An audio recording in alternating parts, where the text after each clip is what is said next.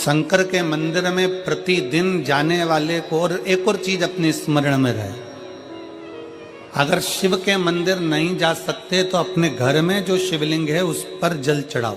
और यदि आप अपने शंकर के घर में शिवलिंग पर भी जल नहीं चढ़ा पा रहे हो तो किसी बेलपत्री का वृक्ष हो, उस वृक्ष के नीचे भी जल चढ़ाओ। और कभी मौका मिल जाए, कभी भगवान शंकर की बड़ी करुणा हो जाए, भगवान शंकर की बड़ी उदारता हो जाए, भगवान शंकर की बड़ी कृपा हो जाए, बड़ी कृपा हो जाए, भगवान शंकर जिस दिन तुम्हारे ऊपर बड़ी कृपा कर दे, किसी सोमवार को 3 नियम बना लो। जिस दिन मेरा भोले बाबा तुम पर कृपा कर दे उस दिन सोमवार का एक नियम बनाओ कि महीने का एक सोमवार मुझे ऐसा करना है, 3 नियम धारण करना है महीने के सोमवार को। पहला, सुबेरे जाकर शंकर भगवान को 1 लोटा जल चढ़ाना है। दूसरा, दोपहर के समय पर जाकर मुझे बेलपत्री के वृक्ष के नीचे एक चावल का दाना रखकर बेलपत्री की 7, 11, 21, 108, 51 जितनी परिक्रमा आप लगा सकते हो वो लगाना है। और तीसरा, बेलपत्री के वृक्ष के नीचे और शंकर के मंदिर के दरवाजे पर मुझे एक घी का दीपक लगाना है। बस ये 3 नियम जिसने महीने में एक बार ले लिया, समझ लो उसको पीछे हटने की जरूरत ही नहीं, वो आगे ही बढ़े। महीने के किसी एक सोमवार का ऐसा नियम बना लो कि मुझे 3 नियम धारण करना है महीने के किसी भी एक सोमवार को। हम ये नहीं कहेंगे कि तुम सोमवार 5 पढ़ रहे हैं तो 5 को करो, 4 पढ़ रहे हैं तो 4 को करो, 3 पढ़ रहे हैं तो 3 को करो। तुम तो महीने का एक सोमवार का नियम बना। और मेरी जीजियों से, मेरी बेटियों से जो विदेश में रह रही हैं, जो कहीं बाहर रह रही हैं, कहीं बड़े शहर में रह रही हैं, जो रोज मंदिर नहीं जा सकते, हर किसी महीने के एक सोमवार को भी ये नियम निर्धारण करते, तो उनसे कहेंगे कि 3 महीने में एक सोमवार का नियम बना लो। 3 महीने में नहीं बना सकते तो 6 महीने में एक सोमवार का नियम बना लो। और 6 महीने में नहीं बना सकते तो 1 साल में एक सोमवार का ऐसा नियम बना लो कि मैं साल का एक सोमवार ऐसा रहूंगी कि सुबह सोमवार के दिन मंदिर में जाकर जल चढ़ाऊंगी, दोपहर में जाकर बाबा को एक अक्षत का दाना रखकर, अक्षत का मतलब है कि बाबा मेरी दिनों दिन उन्नति करना। बेलपत्री के वृक्ष के नीचे जो अक्षत रखा जाता है वो उन्नति के लिए रखा जाता है। शंकर के शिवलिंग पर जो अक्षत रखा जाता है वो रोग मुक्ति के लिए रखा जाता है। अशोक सुंदरी पर जो अक्षत रखा जाता है वो संतान प्राप्ति के लिए रखा जाता है। षडानंद कार्तिकेय की ओर जो अक्षत रखा जाता है वह हमारे बच्चों की सुख समृद्धि के लिए रखा जाता है। विनायक की ओर, गणेश जी की ओर जो अक्षत रखा जाता है वो हमारे घर में कोई मंगल कार्य आ जाए उसके लिए रखा जाता है। और जो पीठिका होती है जिसपे शिवलिंग रखा होता है, पार्वती जी का हस्तकमल, उस पर अक्षत रखा जाता है तो नारी के अखंड सौभाग्य के लिए रखा जाता है। अक्षत रखने का भी तरीका है। एक चावल का दाना कहां रखा जाता है, क्यों रखा जाता है, कैसे रखा। अब कई लोग कहते हैं गुरुजी ये शिव महापुराण में आप ये नियम बताते हो, तरीका बताते हो। हम तो उनसे कहेंगे डॉक्टर के पास जाओगे तो डॉक्टर भी गोली लिखकर ये नहीं कह देगा कि ये सारी गोली एक साथ खा जा।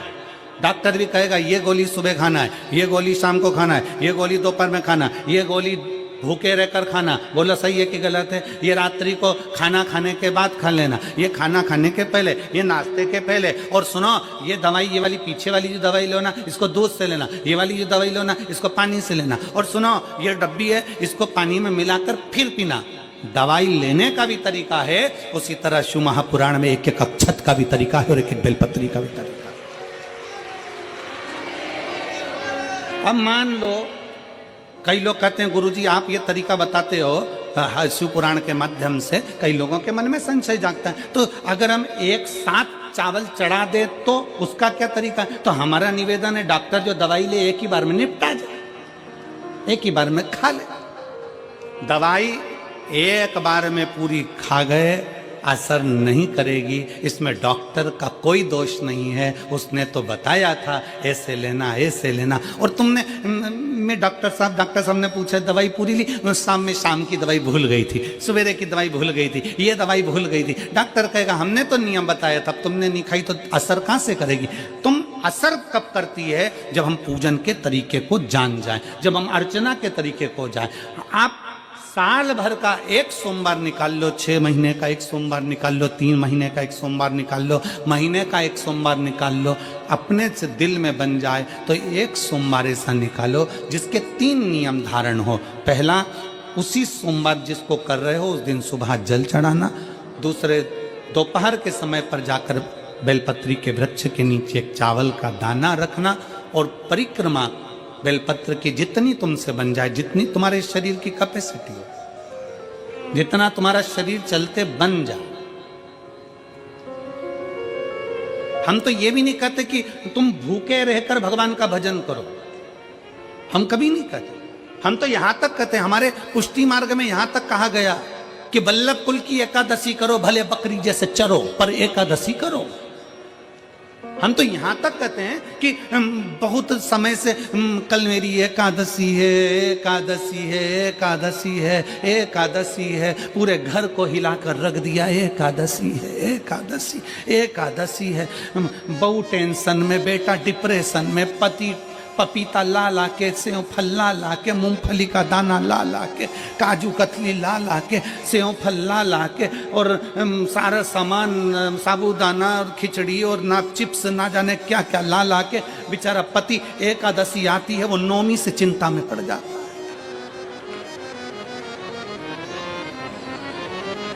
हम तो ये भी नहीं कहते कि तुम व्रत बहुत भारी करो, तुम व्रत उपास भी बहुत बहुत टेंशन वाला करो, ना ना ना।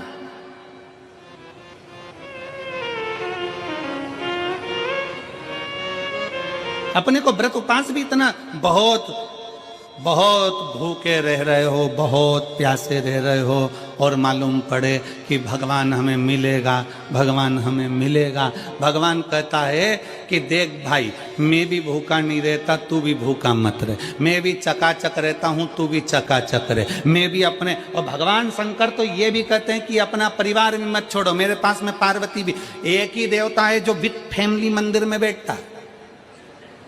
शंकर जी हैं तो पार्वती जी है, तो गणेश जी हैं, तो कार्तिकेय जी हैं, तो नंदी है, सब मंदिर के अंदर चाहिए। शंकर भगवान अपने पूरे परिवार के साथ। शंकर जी तो ये कहते हैं अकेले तुम क्यों रहते हो। शिव जी की एक बात अपने ध्यान में रखना, कितनी सुंदर बात है शंकर भगवान की, बहुत ध्यान में रखिएगा। आप जोहरी नहीं हो, हीरे को नहीं परख सकते। हम भी जोहरी नहीं है, हम हीरा को नहीं समझ सकते। पर भगवान शंकर ने पृथ्वी पर जिसको जन्म दिया उसको जोहरी बनाकर पैदा किया है, उसको जोहरी बनाकर भेजा है कि आप भले हीरा को न समझो चलेगा, पर अपने नजदीक में कोई दुखी है तो उसकी पीड़ा को जरूर समझना। भगवान शंकर कहते हैं उसकी पीड़ा का स्मरण।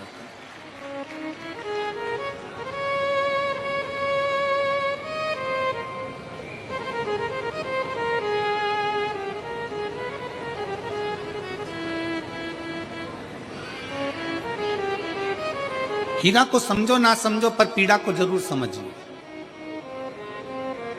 किसी के दर्द को जरूर समझिए, किसी के दुख को जरूर समझिए, किसी की तकलीफों को जरूर समझिए। हम भी तो अपनी जिंदगी में एक नियम बना सकते हैं कि मैं श्री शिवाय नमस्तुभ्यम का जाप करूंगी। मेरी कॉलोनी में कोई शंकर जी का मंदिर है, हम 5-10 महिलाएं प्रत्येक सोमवार को 10 मिनट बैठेंगी। शाम के समय प्रदोष काल में 6 बजे 6:30 बजे बैठेंगे, 6:45 बजे 15 मिनट बाद उठ जाएंगे, श्री शिवाय नमस्तुभ्यम का जाप करेंगे, शंकर जी को भोग लगाएंगे। अगर एक हफ्ते में 5 सोमवार पड़ते हैं तो 5 महिलाएं अपना नियम बना ले कि आज का प्रसाद थोड़ा सा, कुछ भी शक्कर, खड़ी शक्कर, कुछ भी मैं लेके आऊंगी, माँ भोग लगाएंगे, अपन 5 मिलकर श्री शिवाय नमस्तुभ्यम जपेंगे, प्रसाद बांट देंगे, अपने घर चले जाएंगे। ज्यादा ढोंग प्रपंच नहीं, दिखावा नहीं, कोई एक नियम। हमारे नजदीक में शंकर जी का मंदिर है, हफ्ते में एक बार नियम बनाएंगे, उस मंदिर में सफाई करेंगे। हफ्ते में एक बार नियम बनाएंगे, अपने नजदीक के शंकर के मंदिर को साफ करेंगे, क्लीन करेंगे। एक नियम अपने अंदर बनाओ शिव के प्रति।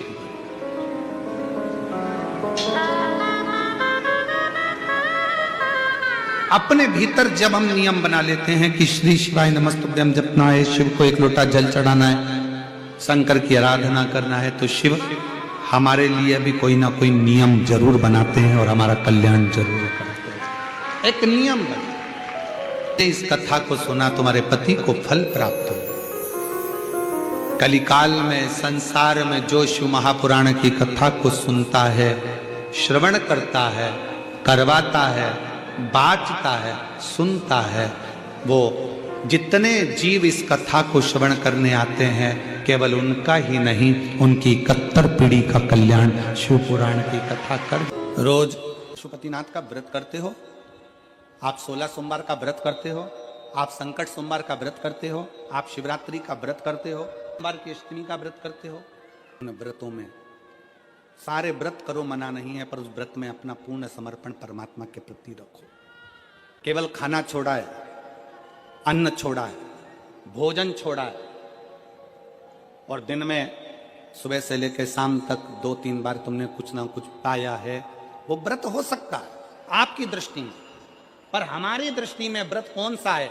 शिव महापुराण की कथा कहती है कि सुबेरे आपका व्रत चालू हुआ, दूसरे दिन ब्रह्म मुहूर्त तक जो आपका व्रत आपने रखा है, भगवान का जो व्रत कर रहे हो, उस व्रत में एक बात अपने अंदर उतार कर रखो कि इस दिन मैं अपने मोबाइल का त्याग करती हूँ, पूरे दिन मैं मैसेज नहीं पढ़ूंगी, मैं देखूंगी नहीं, मैं अपशब्द नहीं कहूंगी, मैं जानूंगी नहीं। दूसरा, आज के दिन मेरा व्रत है, आज 1 महीने में, 15 दिन में, 2 दिन में, 20 दिन में मैंने अगर किसी से भी अपशब्द कहा होगा, आड़ा टेढ़ा कहा होगा, तो सबसे पहले आज व्रत वाले दिन मैं उसको सॉरी कहूंगी, क्षमा मांगूंगी और अपने हृदय से लगाने का प्रयास करूंगी। व्रत है।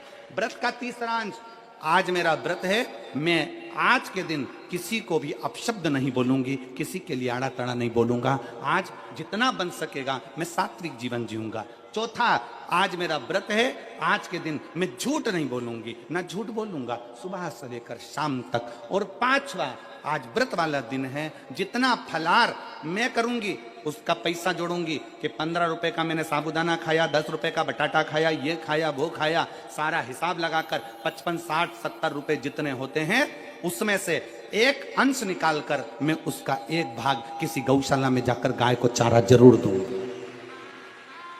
आपका व्रत, आपकी साधना, आपका तप, आपका बल, आप कैसा कर रहे हैं?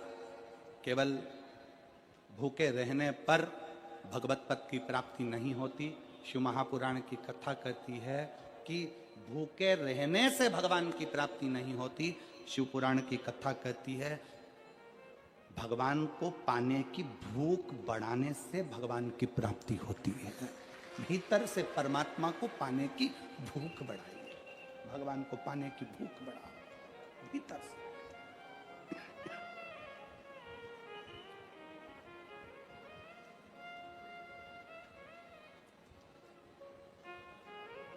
व्रत करो मना नहीं, तप करो मना नहीं, साधना करो मना नहीं, पर उस तप साधना में, व्रत में परमात्मा को पाने की ललकता हो आपके भीतर, भगवान को पाने की ललकता हो आपके भीतर, भगवत पद को पाने की ललकता हो आपके भीतर, तो भगवान।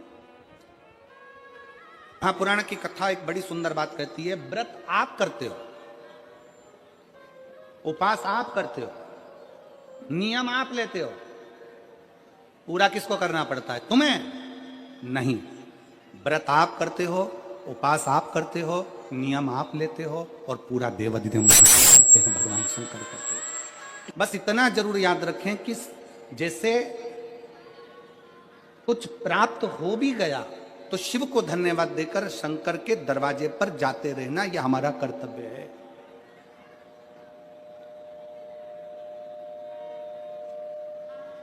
एक बहन जी ने पत्र लिखा था कल, उस पत्र में बहन जी ने लिखा कि शिव महापुराण तप का मतलब क्या होता? चलिए, उपास का मतलब बताओ। खाना छोड़ देना व्रत नहीं है, दूसरे का धन छुड़ाकर खाना छोड़ देना व्रत है। शिक्षा दे देना, किसी को चिकित्सा की जरूरत है, उसकी चिकित्सा में थोड़ा सा धन लगा देना, कोई रोते हुए के आंख के आंसुओं को पोंछ देना, किसी के दुख में खड़े होकर उसको खुशियां प्रदान कर देना, ये दुनिया का सबसे बड़ा व्रत है, सबसे बड़ी साधना, सबसे बड़ा तो मन साफ है तो सारी गलतियां माफ है, और अगर मन ही साफ नहीं है तो गलती कौन माफ करेगा भाई। लंबी बाती का प्रमाण अलग होता है। लंबी बाती क्यों लगाई जाती है? भगवान के मंदिर में दीप में, देवियों की पूजन में, लक्ष्मी की वृद्धि के लिए। कौन से देवता के यहाँ लंबी बत्ती लगती है और कौन से देवता के यहाँ गोल बत्ती लगती है, उसका भी प्रमाण वर्णन। किसी देवी की पूजन करो तो लंबी बत्ती आती है, कुल देवता की पूजन करो तो लंबी बत्ती आती है। किसी मंदिर में किसी देवता को लगाने जाओ तो गोल बत्ती लगती है, उसका भी प्रमाण है। लंबी बत्ती जहां लगाई है, अगर लक्ष्मी के सामने लगाई है तो लक्ष्मी की लंबाई बढ़ती है, लक्ष्मी की वृद्धि बढ़ती है। अगर कुल देवता के नाम की लगाई है तो वंश की वृद्धि होती है। इसलिए हमारे यहाँ अमावस्या पूनम को जो पाटे वाटे भराते हैं उसमें गोल बत्ती नहीं लंबी लगाई जाती है, जिससे हमारा वंश बढ़े।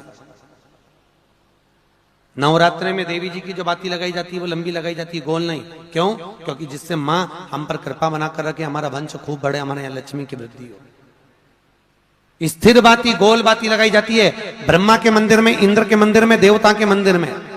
तुलसी के सम्मुख में लंबी बाती नहीं लगती, तुलसी के सम्मुख में गोल बाती लगाई जाती है महाराज, जिससे स्थिरता का भाव केंद्रित हो। स्थिरता का भाव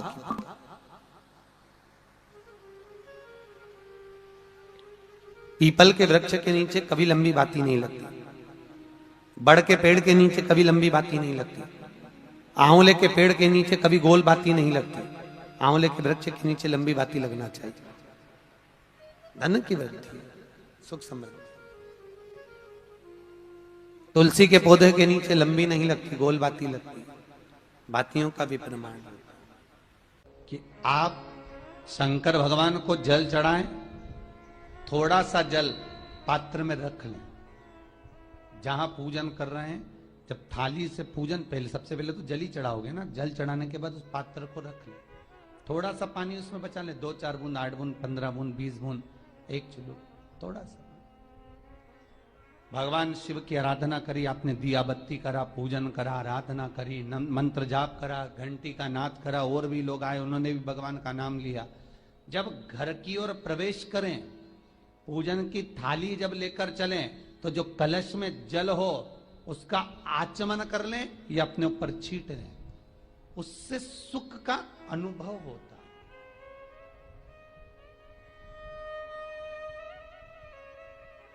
है। स्कंद पुराण कहती है मनुष्य के जीवन के दुख को समाप्त करने में जल की परिभाषा प्रबल है। फिर निवेदन करूंगा, कहीं जाकर मत रोइए, कहीं जाकर मत कहिए कि आपको तकलीफ क्या है।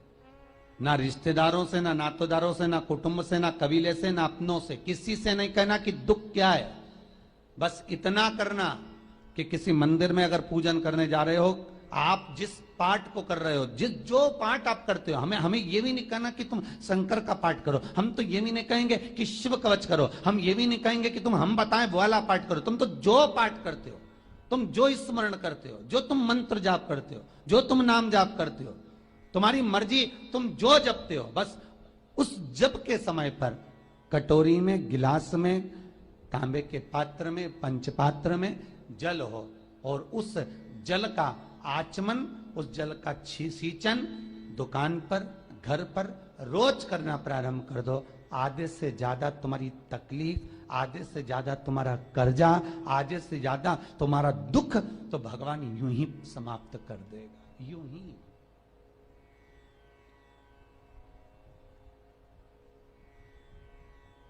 हम जल कौन सा सींचते हैं भगवान, अपनी दुकान पर पानी कौन सा छोड़ते हैं, अपने घर पर जल कौन सा सींचते हैं? जब मटके में से भर कर लिया है, कुंड में से भर कर लिया है, आपने घर में नल में से भर कर लिया है, और वो पानी लाने के बाद में अपन सब दूर छीट दिया। अपन वो वाला पानी कभी नहीं छीटते जो रखा है, जो आराधना के लिए रखा है, साधना के लिए रखा है, जो भगवत स्मरण के लिए रखा है, हमने वो नहीं छीटा। हम तो भर कर लाए और छीट दिए। अरे भाई, बहुत दुख है, बहुत तकलीफ है, बहुत कष्ट है, कहीं मत भटको। जिससे तुम्हारी अच्छी पटे उसका स्मरण कर कर, उसका भजन कर कर, उसका कीर्तन कर कर, उसका नाम जाप कर कर।